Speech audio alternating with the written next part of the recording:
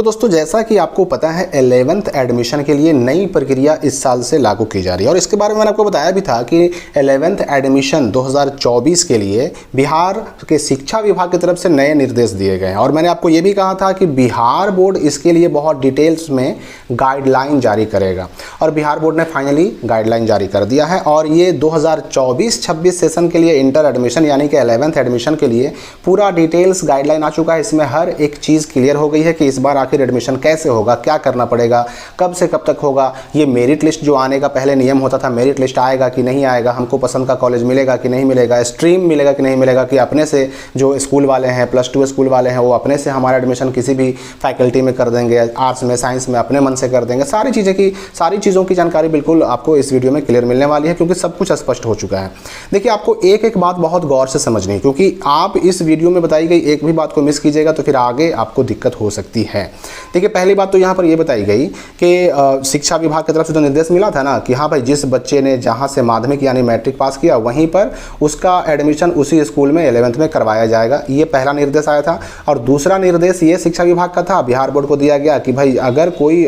बच्चा जो है जहाँ से उसने मैट्रिक पास किया अगर वहाँ के अलावा किसी और स्कूल में एडमिशन कराना चाहता है तो उसको अपने TC पर SLC पर अपने ज़िले के शिक्षा पदाधिकारी यानी कि DO से साइन कराना पड़ेगा। ये दो बातें पहले भी आपको मालूम थी। अब देखिए यहाँ पर क्या कहा जा रहा है कि सरकारी जो विद्यालय हैं उनमें एडमिशन के लिए जहाँ पर संकाय फैकल्टी नहीं होगी पहले वहाँ पर फैकल्टी दी जाएगी। मान लीजिए किसी +2 स्कूल में जो वहाँ से बच्चे जिन्होंने मैट्रिक पास किया, किसी भी +2 स्कूल से जिन बच्चों ने मैट्रिक पास किया, अब उन बच्चों ने वहाँ पर कॉमर्स चुना है, उनको कॉमर्स में एडमिशन लेना है, लेकिन उनके अपने स्कूल जहाँ से उन्होंने मैट्रिक पास किया वहाँ पर कॉमर्स का जो संकाय है फैकल्टी है वो नहीं है, तो क्या होगा कि सबसे पहले उस स्कूल में कॉमर्स की फैकल्टी दी जाएगी। ठीक है, और इसके लिए जो शिक्षकों की आवश्यकता है ना वो शिक्षक भी वहाँ भेजे जाएंगे। ये पहली बात समझ गए आप। दूसरी बात कि गैर सरकारी यानी कि जो प्राइवेट इंटर कॉलेज हैं या +2 स्कूल हैं उनमें जो 11th का एडमिशन होगा उसमें जो पहले की व्यवस्था है सेम वही की वही रहेगी। मतलब ये हुआ कि जो सरकारी +2 स्कूल हैं उनके लिए नियम बिल्कुल चेंज और जो प्राइवेट +2 स्कूल हैं या इंटर कॉलेज हैं उनके लिए नियम बस वही पहले वाला रहेगा। लेकिन अब आगे आपको क्या समझना है वो देखिए इसमें आगे यहाँ पर इस पॉइंट को बहुत ध्यान से आपको समझना है। 2-3 पॉइंट यहाँ पर है। 4.1 को देखिए, यहाँ पर कहा गया कि सबसे पहली बात तो कि सरकारी स्कूलों से जिन बच्चों ने मैट्रिक पास किया उनका जो 11th में एडमिशन होगा उसी स्कूल में लिया जाएगा जहां से उन्होंने 10th पास किया। मतलब जहां से आपने मैट्रिक पास किया आपका एडमिशन वहीं पर होगा अगर वो सरकारी स्कूल है तो। ठीक है, ये कंफर्म। अब अगर किसी छात्र ने 11th में एडमिशन के लिए उस सरकारी विद्यालय का विकल्प नहीं दिया है जहां से उन्होंने 10th यानी मैट्रिक पास किया है तो भी उनका जो एडमिशन होगा उसी सरकारी स्कूल में होगा और उसका जो संकाय उस बच्चे का जो फैकल्टी होगा उन्होंने अपने ऑनलाइन चॉइस में जो फैकल्टी चुना है उसी को रखा जाएगा। अब यहाँ पर इस बात को समझिए। देखिए आपने जो OFSS पर ऑनलाइन फॉर्म भरा, आपने ऑनलाइन फॉर्म में नंबर 1 पर किसी और +2 स्कूल का विकल्प डाला है, उसका नहीं डाला जहां से आपने मैट्रिक किया, आपने किसी और दूसरे स्कूल का नंबर 1 पे विकल्प डाला है और मैट्रिक पास किया कहीं और से, लेकिन फिर भी आपका एडमिशन कहां होगा तो जहां से आपने मैट्रिक पास किया है वहीं होगा। अब सवाल उठता है कि हमने जब उस स्कूल का विकल्प ही नहीं डाला ऑनलाइन में तो फिर हमको फैकल्टी यानी साइंस मिलेगा कि आर्ट्स मिलेगा, कॉमर्स मिलेगा? तो आपका जो नंबर 1 पर जो भी +2 स्कूल डाला हुआ है उसमें आपने जो स्ट्रीम चुना है वही स्ट्रीम आपको मिलेगा और स्कूल कौन मिलेगा तो जहां से आपने मैट्रिक पास किया है वो वाला स्कूल मिलेगा। मेरे ख्याल से आप इस बात को समझ गए होंगे कि स्ट्रीम मिलेगा कौन वाला, तो नंबर 1 पर जो आपने विकल्प डाला है चाहे वो किसी भी +2 स्कूल का डाला हो, जो नंबर 1 पे डाला है उसका स्ट्रीम मिल जाएगा। अगर नंबर 1 वाले में आपने आर्ट्स चुना है तो आर्ट्स मिल जाएगा, साइंस चुना तो साइंस मिल जाएगा, कॉमर्स चुना तो कॉमर्स मिल जाएगा और स्कूल कौन सा मिलेगा तो जहाँ से आपने मैट्रिक पास किया है वो स्कूल मिलेगा। तो ये एक चीज़ तो क्लियर हो गई। अब दूसरी बात कि यहाँ पर कहा गया कि अगर किसी सरकारी स्कूल में अगर नामांकन के लिए एडमिशन के लिए किसी खास संकाय की उपलब्धता नहीं है,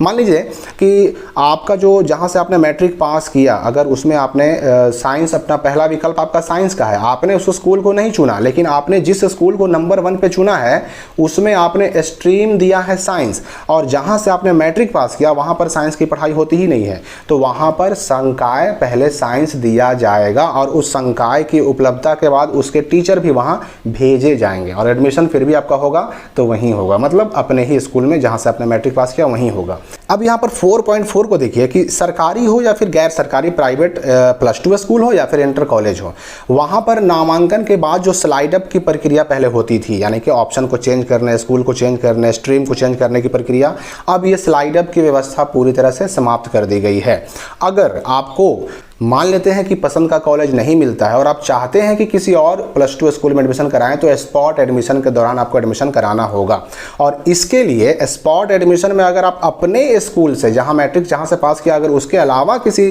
+2 स्कूल में जाना चाहते हैं, तो उसके लिए आपको अपने टीसी पर अपने ज़िले के DEO से, डिस्ट्रिक्ट एजुकेशन ऑफिसर से साइन करवाना पड़ेगा। ये आप समझ लीजिए। अब यहाँ पर देखिए 4.5 में क्या कहा जा रहा है कि जितने भी सरकारी +2 स्कूल हैं, वहाँ से मैट्रिक पास करने वाले सभी विद्यार्थियों का उनके अपने ही स्कूल में एडमिशन हो जाने के बाद भी अगर उस स्कूल में सीट बच गया, तो वो सीटों पर, और जितने प्राइवेट स्कूल हैं, +2 स्कूल हैं या इंटर कॉलेज हैं, उनके सभी सीटों पर जो एडमिशन की जो प्रक्रिया होगी वह पहले वाली होगी, यानी कि उसके लिए मेरिट लिस्ट आएगा, फर्स्ट भी आएगा, सेकंड भी आएगा, थर्ड भी आएगा और स्पॉट एडमिशन भी होगा। और उसके लिए वही जो 10th में आपका परसेंटेज होता था, आपका जो रिजर्वेशन कैटेगरी होता था, SC ST BC1 BC2 general, उसके हिसाब से मेरिट लिस्ट में नाम आएगा। लेकिन ये किन सीटों के लिए? तो पहले तो ये हुआ कि मैट्रिक जहाँ से आपने पास किया, पहले तो आपका अपने ही स्कूल में एडमिशन हो जाएगा। अगर वहाँ पर आर्ट्स नहीं है तो आर्ट्स का जो है फैकल्टी आएगा, साइंस नहीं तो साइंस का फैकल्टी स्ट्रीम दिया जाएगा, कॉमर्स नहीं है कॉमर्स का स्ट्रीम दिया जाएगा।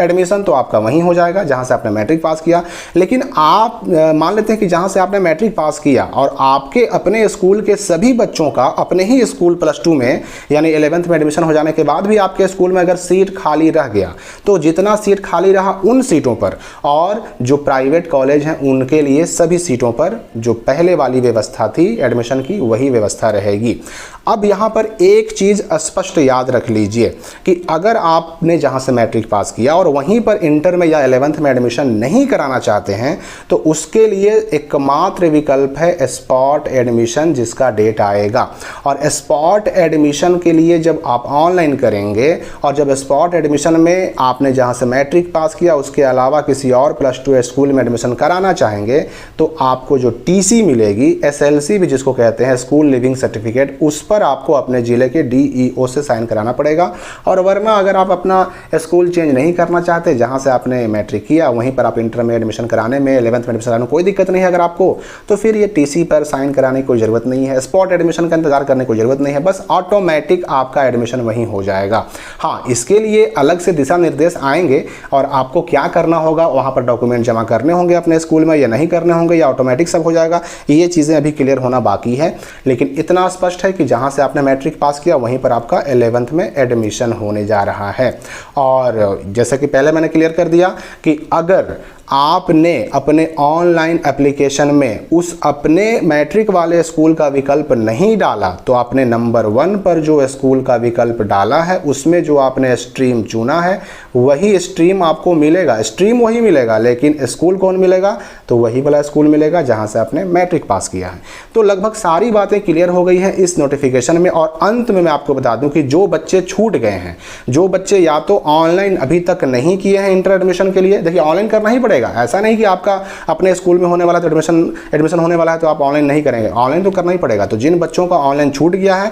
या फिर जो CBSE या फिर ICSE से पास बच्चे हैं जिनका रिजल्ट अभी जल्दी में आया है, ऐसे बच्चे चाहें तो अब ऑनलाइन कर सकते हैं। इनके लिए 14 मई से लेकर के 20 मई तक दोबारा से पोर्टल खोल दिया गया है OFSS का, और दोबारा से ये बच्चे ऑनलाइन आवेदन कर सकते हैं 14 मई से 20 मई तक। चाहे जो बच्चे पहले छूट गए हों, चाहे CBSE वाले बच्चे हों, चाहे ICSE वाले बच्चे हों, सबका इंटर में या 11th में एडमिशन का डेट आ गया है दोबारा से, तो ऑनलाइन अप्लाई कर दें। लेकिन अब यहाँ पर मैं बता दूं कि CBSE वाले या फिर ICSE वाले, इनका एडमिशन मेरिट के हिसाब से होगा, क्योंकि ये तो भाई बिहार के किसी सरकारी स्कूल के पढ़ने वाले हैं नहीं, तो इनका मेरिट के हिसाब से होगा। या फिर जिस स्कूल में खाली सीटों की संख्या बचेगी, तो मैंने बता ही दिया कि जो सीट खाली बच जाएंगे स्कूल में, उन पर जो एडमिशन होना है मेरिट के हिसाब से होना है, merit list first second third के हिसाब से होना है। तो ICSE और CBSE वालों का भी वैसे ही होगा या फिर स्पॉट में होगा, लेकिन एडमिशन सबका होगा। तो फिलहाल इस वीडियो को इतना ही, अगले नए अपडेट के साथ हम मिलते हैं अगले वीडियो में।